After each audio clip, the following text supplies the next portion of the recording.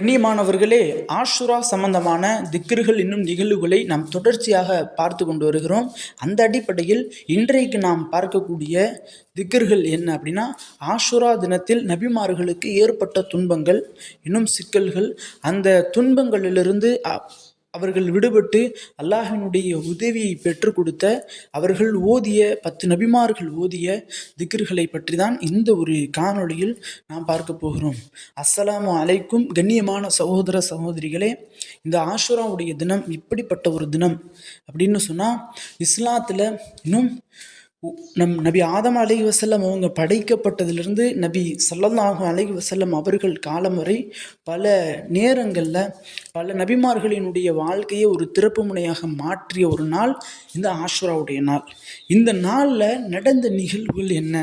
இந்த நாளில் ஒவ்வொரு நபிமார்கள் அவர்களினுடைய துன்பத்தின் போது இன்னும் இன்பத்தின் போதும் அவர்கள் ஓதிய அந்த திக்ருகள் என்ன, அல்லாஹ்வினுடைய உதவியை பெற்ற திக்ருகள் என்ன அப்படின்னு சொன்னால், முதலாக நபி ஆதம் அலைஹிஸ்ஸலாத்து வஸ்ஸலாம் அவர்களுக்கு அல்லாஹ் தஆலா அவர்களை அல்லாஹ் சொர்க்கத்தில் வைத்து கொண்டிருந்தான்.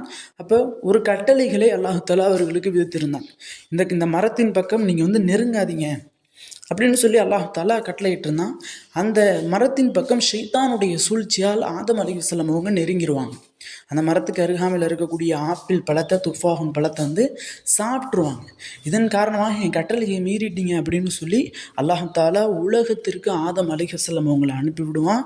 ஆதம் அலைஹிஸ்ஸலாம் அவங்களும் ஹவ்வா அலைஹிஸ்ஸலாம் அவங்களும் உலகத்தில் சுற்றி திரிந்து கஷ்டப்பட்டு இன்னும் உணவு இல்லாமல், உடை இல்லாமல், குடிப்பதற்கு தண்ணி இல்லாமல் ரொம்ப சிரமப்பட்டு உலகத்தில் சுற்றி திரிவாங்க.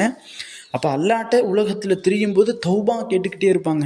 எல்லாம் நாங்கள் தெரியாமல் செஞ்சுட்டோம், மன்னிச்சிரு அப்படின்னு நிறைய முறை அல்லாட்ட தௌபா கேட்டுக்கிட்டே இருப்பாங்க. அல்லாஹ் தஆலா அவர்களினுடைய தௌபாவை ஏற்றுக்கொள்ளாமலே இருப்பான். ஆனால் கடைசியாக அல்லாஹ் தஆலா அவர்களுடைய தௌபாவை ஏற்றுக்கொள்வான். அப்படிப்பட்ட அந்த ஒரு தினம் தான் இந்த ஆஷுராவுடைய தினம். ஆஷுராவுடைய தினத்தில் தான் அல்லாஹ் தஆலா அவர்களினுடைய தௌபாவை ஏற்றுக்கொள்வான். அப்போது ஆதம் அலைஹிஸ்ஸலாத்து வஸ்ஸலாம் அவங்க ஊதிய அந்த ஒரு திக்ர் என்ன அப்படின்னு சொன்னால், ரப்பனா லலம்னா அன்ஃபுஸனா வ இன்லம் தஃபிர் லனா வ தர்ஹம்னா வ லகூனன்ன மினல் ஹாசிரீன் என்ற இந்த ஒரு திக்ரை தான் ஓதுவாங்க. இதன் அடிப்படையில் அல்லாஹ் தஆலா அவர்களினுடைய பாவத்தை மன்னிச்சிருவான். இதே இந்த தினத்தில் இந்த ஒரு திக்ரை நம்ம ஓதுனோம்னா நம்மினுடைய அனைத்து பாவங்களையும் அல்லாஹ் மன்னிச்சிருவான். ரசூலுல்லாஹ் சொன்ன சஹீஹுல் புகாரியில் ஒரு ஸ்டேட்மெண்ட் இருக்குது. யார் ஆஷுராவுடைய தினத்தில் அல்லாஹ்விடத்தில் தௌபா கேட்குறாங்களோ அவர்கள் எவ்வளவு பாவம் செய்திருந்தாலும் அல்லாஹ் தஆலா அவர்களினுடைய அனைத்து பாவத்தையும் மன்னித்து விடுவான் அப்படின்னு ரசூலுல்லாஹ் சொல்லியிருக்கிறாங்க. இரண்டாவதாக நபி நூஹ் அலைஹி வஸல்லம் அவங்க இந்த ஒரு தினத்தில் அவர்களுக்கு விடுதலை கொடுத்த ஒரு தினம், ஒரு திக்ர் என்ன அப்படின்னா, நபி நூஹ் அலைஹி வஸல்லம் அவங்க இன்னும் அவருடைய சமூகத்தாரை அல்லாஹ் அழிப்பதற்காக வேண்டி நபி நூஹ் அலைஹி வஸல்லம் அவர்களை அல்லாஹ் தஆலா கப்பலை தயாரிக்க சொல்லி கப்பலை கட்ட சொல்லி, ஈமான் கொண்ட மக்களை மட்டும் கப்பலில் கூட்டிக்கிட்டு போங்க, நான் சுனாமியால், தண்ணீர்னால், கடலினுடைய தாக்கத்தினால இந்த உலகத்தை அழிக்க போகிறேன், நீங்கள் மட்டும் சேஃப்டியாக இருப்பதற்காக வேண்டி உங்களுடைய முஃமினான ஈமான் கொண்ட மக்களை மட்டும் நீங்கள் கப்பல் கட்டி கப்பல் செஞ்சு அந்த கப்பலில் ஏற்றி கொண்டு போங்க அப்படின்னு அல்லாஹ் தஆலா சொல்லுவான். அப்போ அல்லாஹ் தஆலா உலகத்தை அழிக்கும்போது நபி நூஹ் அலைஹி வஸல்லம் அவங்க கப்பலை தயார் செஞ்சுருவாங்க. அந்த முஃமின் கொண்ட ஈமான் கொண்ட மக்களை மட்டும் கூட்டிக்கிட்டு கடைசியாக நூஹ் நபி உலகத்தையே சுற்றி கடைசியாக போய் தரை தட்டக்கூடிய ஒரு ஜூத் அப்படிங்கிற ஒரு மலைக்கு பக்கத்தில் தான் நபி நூஹ் அலைஹிஸ்ஸலாம் அவங்க கடைசியாக கப்பலை தரை தட்டுவாங்க. அப்படிப்பட்ட அந்த ஒரு தினமும் ஆஷுராவுடைய தினம்தான். அப்போ அவங்க கரை தட்டும்போது அல்லாஹ்விடத்தில் ஒரு துவா கேட்பாங்க. என்ன துவானா, யா அல்லாஹ், நாங்கள் இது மாதிரி ரொம்ப நாட்களாக சுற்றி கொண்டே திரிகிறோம், சாப்பிடுவதற்கு உணவு இல்லை, குடிப்பதற்கு தண்ணீர் இல்லை, உடைகள் இல்லை அப்படின்னு சொல்லி நபி நூஹ் அலைஹிஸ்ஸலாம் அவங்க அல்லாஹ்விடத்தில் கேட்பாங்க. அப்போ அல்லாஹ்விடத்தில் இந்த ஒரு திக்ரை கேட்பாங்க. அதன் காரணமாக அல்லாஹ் தஆலா அப்படியே அவர்களுக்கு புது உலகத்தை ஏற்படுத்தி கொடுப்பான். அப்படிப்பட்ட நபி நூஹ் ஓதிய அந்த ஒரு திக்ர் என்ன இரண்டாவதாக அப்படின்னு சொன்னால், ரப்பி இன்னி அன்சில்னி முன்சிலன் முபாரக்கன் வ அன்த கைருல் முன்சிலீன் என்பதுதான் இந்த ஒரு திக்ரை யார் ஓதுறாங்களோ இந்த ஆஷுராவுடைய தினத்தில் அவர்களுக்கு இருக்கக்கூடிய பிரச்சனைகள், சோதனைகள், எனக்கு ஒரே பிரச்சனையாகவே இருக்குது என்னுடைய வாழ்க்கை முழுக்க அப்படின்னு சொல்லுவாங்கள்ல, அவர்களினுடைய பிரச்சனைகள் நீக்கப்படுது அப்படின்னு சொல்கிறாங்க. மூன்றாவதாக நபி யூனுஸ் அலைஹிஸ்ஸலாம் அவங்க யூனுஸ் அலைஹிஸ்ஸலாம் அவங்க வரலாறு தெரியாதவங்க மீன்கள் இருக்கவே முடியாது. எல்லாருக்குமே நபி யூனுஸுடைய வரலாறு தெரியும். என்னென்னா மீனுடைய வயிற்றில் மாற்றிக்கொள்வாங்க. இது ஒரு நீண்ட சம்பவம். சுருக்கமாக சொல்கிறேன். மீனுடைய வயிற்றில் மாற்றிக்கொள்வாங்க யார்? யூனுஸ் நபி. அப்போ அந்த மீனுடைய வயிற்றுக்குள்ளேருந்து தஸ்பீஹ் செஞ்சுக்கிட்டே இருப்பாங்க.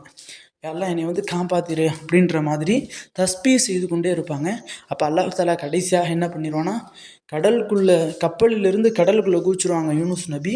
அப்போ அவர்களுடைய ரூஹ அல்லாஹ் தஆலா எடுக்காமல் மீனுடைய வயிற்றுக்குள்ளே வச்சு சேஃப்டி பண்ணிடுவான். இப்போ சேஃப்டி பண்ணி கடைசியாக நூஹ் நபி உலகத்திற்கு நான் எப்படியாவது மீனுடைய வயிற்றுலேருந்து வெளியில் வரணும் அப்படிங்கிறதுக்காண்டி அல்லாஹ்விடத்தில் துவா கேட்பாங்க. அந்த துவாவை அங்கீகரித்த ஒரு தினமும் இந்த ஆஷுராவுடைய தினம்தான். பிறகு இந்த துவாவை ஓதியதுனால நபி யூனுஸ் நபி அல்லாஹ் தஆலா மீனுடைய வயிற்றிலிருந்து வெளியே வர வைப்பான். அப்படிப்பட்ட அந்த நூஹ் நபி ஓதிய அந்த ஒரு திக்ர் என்ன அப்படின்னா, லா இலாஹ இல்லா அந்த சுபஹானக இன்னி குன்து மினல் ஸாலிமீன். இந்த ஒரு திக்ரை இன்றைய தினத்தில் நம்ம ஓதுறதுனால நமக்கு கிடைக்கக்கூடிய பலன் என்ன அப்படின்னா, மீனுடைய துவாக்கள் ஒன்று கூட மறுக்கப்படாது. எல்லா துவாக்களுமே அங்கீகரிக்கப்படும். ஏன்னா இது ஸ்பெஷலான ஒரு திக்ர். ரசூலுல்லாஹி ஸல்லல்லாஹு அலைஹி வஸல்லம் அவங்க அவர்களினுடைய துவா கேட்பதற்கு கையை தூக்குனாலே இந்த ஒரு திக்ரை ஓதாமல் தூக்க மாட்டாங்க, துவா கேட்க மாட்டாங்க அப்படின்னு சொல்லி பல வரலாற்றுகளில் இந்த ஒரு சம்பவம் வருகின்றது. அடுத்ததாக நபி இப்ராஹிம் அலைஹிஸ்ஸலாம் அவங்க இந்த ஆஷுராவுடைய தினத்தில் அவர்களுக்கு நடந்த நிகழ்வு, அவர்கள் ஓதிய திக்ர் என்னன்னா, நம்ரூத் என்ற ஒரு முனாஃபிக். நம்ரூத் அப்படின்னா ஒரு காஃபிர். இப்ராஹிம் அலைஹிஸ்ஸலாம் அவர்களை ரொம்ப கொடுமைப்படுத்துவார், ரொம்ப டார்ச்சர் பண்ணுவார். அப்போ இப்ராஹிம் நபி ஒரு இஸ்லாத்தை பரப்புகிறாரு, தவறான மாற்றங்களை ஏற்படுத்துகிறாரு அப்படின்னு சொல்லி நபி இப்ராஹிம் நபியை ஒரு அடுப்பு சட்டியில் ஒரு எண்ணெய்கள் பொரிக்கப்பட்ட ஒரு சட்டியில் தூக்கி போட்டுருவாங்க. யார்? இப்ராஹிம் நபியை நெருப்பு குண்டத்தில் தூக்கி போட்டுருவாங்க. அப்போ இப்ராஹிம் நபி என்ன செய்வது அப்படின்னு தெரியாமல் அல்லாஹ்வின் மீது உள்ள நம்பிக்கையில் அல்லாஹ் நம்மளை பாதுகாப்பான் அப்படின்னு சொல்லி இப்ராஹிம் நபி இந்த ஒரு திக்ரை ஓதுவாங்க. அதனின் காரணமாக அல்லாஹ் தஆலா அந்த நெருப்பை அவர்களுக்கு குளிர்ச்சியாக மாற்றிடுவான். நெருப்புக்குள்ளே தூக்கி போட்டும் எதுவுமே ஆகாமல் சேஃப்டியாக அப்படியே வெளில வந்துடுவாங்க. ஏன்னா அல்லாஹ் தஆலா ஒரு குளிர்ச்சியை எந்த விதமான நெருப்பு தீண்டுதலும் ஏற்படாமல் ஒரு சர்வசாதாரணமாக அல்லாஹ் தஆலா ஆக்கி வச்சுருவான். அப்படி நடந்த தினமும் இந்த ஆஷுராவுடைய தினம்தான். அப்படி அல்லாஹ் அவர்களை பாதுகாத்ததற்கான அவர்கள் ஓதிய அந்த ஒரு திக்ர் என்ன அப்படின்னு சொன்னால், ஹஸ்புன் அல்லாஹு ஒ நிஅமல் வக்கீல் ஒ நிஅமல் மௌலா ஒ நிஅமல் நசீர் என்ற இந்த ஒரு திக்ர் தான். இந்த ஒரு திக்ரை யார் இந்த ஒரு தினத்தில் ஓதுறாங்களோ அவர்களினுடைய எதிரிகளிடமிருந்து இருக்கக்கூடிய தீண்டுதல்களிலிருந்தும் அவர்கள் பாதுகாக்கப்படுவார்கள். இப்போ இட பிரச்சனையாக இருக்குது, சொத்து பிரச்சனையாக இருக்குது, நீண்ட நாளாக உங்களுடைய இடத்தை யாராவது பிடுங்கி கொண்டு அபகரித்து கொண்டு இருக்கிறாங்க, இன்னும் நீங்கள் வீடு கட்டக்கூடிய வாய்ப்பு இருக்குது, அப்படி இருந்தும் வீடு கட்ட விடாமல் உங்களை தடுக்கிறாங்க, இப்படி எதிரிகளிடமிருந்து உங்களுக்கு சூழ்ச்சி ஏற்படுது அப்படின்னா இந்த ஒரு திக்ரை இன்றைய தினத்தில் நீங்கள் அவர்களை எண்ணி ஓதுனீங்கன்னா கண்டிப்பாக அந்த எதிரிகளிடமிருந்து பாதுகாக்கப்பட்டு அல்லாஹினுடைய உதவி உங்களுக்கு கிடைக்கும் அப்படின்னு சொல்கிறாங்க. அடுத்ததாக நபி அய்யூப் அலைஹிஸ்ஸலாம் அவர்களுடைய வாழ்க்கையில் நடந்த நிகழ்வு. அய்யூப் நபி அவர்கள் அந்த நேரத்தில் ஓதிய திக்ர் என்ன அப்படின்னு சொன்னால், நபி அய்யூப் அலைஹிஸ்ஸலாம் அவர்களுக்கு உலகத்தில் அல்லாஹ் யாருக்கும் கொடுக்கப்படாத ஒரு மிக கொடூரமான நோயை அல்லாஹ் தஆலா அய்யூப் நபிக்கு கொடுத்துருந்தான். அப்போ அய்யூப் நபி எந்த அளவிற்கு நோய்வாய்ப்பட்டிருந்தாங்கன்னா, தலையிலிருந்து கால் வரை ஈ மொச்ச வண்ணமாக இருக்கும். ஈ உடலில் எப்பயுமே ஒட்டி கொண்டே இருக்கும். ஊர் மக்கள்லாம் அய்யூப் நபியை ஒதுக்கிட்டாங்க. இந்த ஒரு மனிதரை இந்த ஊருக்குள்ளே வைக்காதீங்க, பார்க்கக்கூட சகிக்கலை அப்படின்னு சொல்லி ஒரு மாதிரியாக அய்யூப் நபியை பேச ஆரம்பிச்சிட்டாங்க. அவர்களினுடைய தீண்டுதல்களிலிருந்தும் அந்த நோயினுடைய பிரச்சனையிலிருந்தும் பாதுகாக்க பெற நபி அய்யூப் அலைஹிஸ்ஸலாம் அவங்க ஓதிய திக்ர், அதை ஓதியதும் அல்லாஹ் தஆலா அவர்களுக்கு உடல் முழுவதும் ஷிஃபாவை கொடுத்துருவான். அந்த ஊரில் இல்லாத அழகை அல்லாஹ் தஆலா அய்யூப் நபிக்கு கொடுத்துருவான். அப்படி அய்யூப் நபி அந்த நோயிலிருந்து பாதுகாக்கப்பட்ட தினமும் இந்த ஆஷுராவுடைய தினம்தான். இன்னும் அந்த நோய் ஷிஃபாவாக்கப்படுவதற்காக காரணமாக இருந்த ஒரு திக்ர் என்னன்னா, ரப்பி இன்னி மஸ்ஸனியல் துர்ர வ அன்த அர்ஹமுர் ராஹிமீன் என்ற இந்த ஒரு திக்ர் தான். இந்த ஒரு திக்ரை யார் இன்றைய தினத்தில் ஆஷுராவுடைய தினத்தில் ஓதுறாங்களோ அவர்களுக்கு இருக்கக்கூடிய எப்படிப்பட்ட நோயாக இருந்தாலும் அந்த நோய்க்கான மருந்து, அந்த ஷிஃபாவை அல்லாஹ் தஆலா தந்துடுவான்.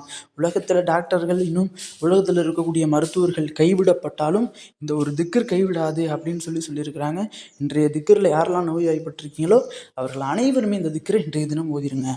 அடுத்ததாக நபி யாக்கூப் அலைஹிஸ்ஸலாம் அவங்க அல்லாஹ்விடத்தில் துவா 20 வருடங்களாக கேட்டுக்கிட்டே இருப்பாங்க. அல்லாஹ் தஆலா அவர்களினுடைய துவாவை அங்கீகரிக்கவே மாட்டான். பிறகு ஒரு திக்ரை ஓதுவாங்க. அதன் காரணமாக அல்லாஹ் தஆலா 20 வருடங்களாக கபூலாக்கப்படாத துவாவை அல்லாஹ் தஆலா அன்றைய தினம் கபூலாக்கிடுவான். அப்படிப்பட்ட துவாவை கபூலாக்கப்பட்ட தினம் ஆஷுராவுடைய தினம். அந்த தினத்தில் அந்த துவா கபூலாகுவதற்கு நபி யாக்கூப் அவங்க ஓதிய திக்ர் என்னன்னா, இன்னமா அஸ்குனி பஸ்ஸி ஹுஸ்னி இலல்லா என்ற ஒரு திக்ரு தான். அடுத்ததாக நபி சுலைமான் அலைஹிஸ்ஸலாம் அவங்க அவர்களுக்கு பொருளாதாரத்தில் செல்வத்தில் பரக்கத்து ஏற்படுறதுக்கு சுலைமான் நபி ஒரு திக்ரு ஓதியிருப்பாங்க அல்லாட்ட. அன்றைய தினம் இந்த ஒரு ஆஷுராவுடைய தினம்தான். அந்த ஒரு திக்ரின் பொருட்டால் அல்லாஹ் தஆலா உலகத்தில் யாருக்கும் கொடுக்காத பொருளாதாரத்தை நபி சுலைமான் அவர்களுக்கு அல்லாஹ் தஆலா கொடுத்துருவான். அப்படி சுலைமான் அலைஹிஸ்ஸலாம் அவங்க ஓதிய அந்த ஒரு திக்ரு என்ன அப்படின்னு சொன்னால், ரப்பிஃபிர்லி வ ஹப்லி முல்கன் வ என்பகி லியஹதி மிம்பாதி இன்னக்கா அன்தல் வஹாப் என்ற திக்ரை நபி சுலைமான் அலைஹிஸ்ஸலாம் அவங்க இன்றைய தினத்தில் ஓதுவாங்க. உலகத்தில் யாருக்கும் கொடுக்கப்படாத பொருளாதாரத்தை அல்லாஹ் தஆலா செல்வத்தை அவங்களுக்கு கொடுத்துருவான்.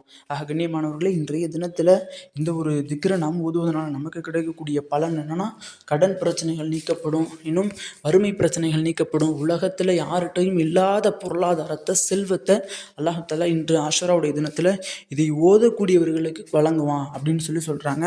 அடுத்ததாக நபி ஈசா அலைஹிஸ்ஸலாத்து வஸ்ஸலாம் அவங்க ஓதுன திக்ர், ரிஸ்க்கிற்காக வேண்டி அவங்க ஓதுவாங்க. அல்லாஹ் தஆலா அவர்களுக்கு நீண்ட ரிஸ்க்கை தருவான். அப்படிப்பட்ட அந்த ஒரு திக்ர் என்னன்னா, ரப்பனா அன்சில் அலைனா மாயிதத்தம் மினஸ் ஸமாஇ தகூனு லனா ஈதன் லி அவ்வலினா வ ஆஹிரினா வ ஆயத்தம் மின்க வர்ஸுக்னா வ அன்த கைருர் ராஸிகீன் என்ற இந்த திக்ர் தான்.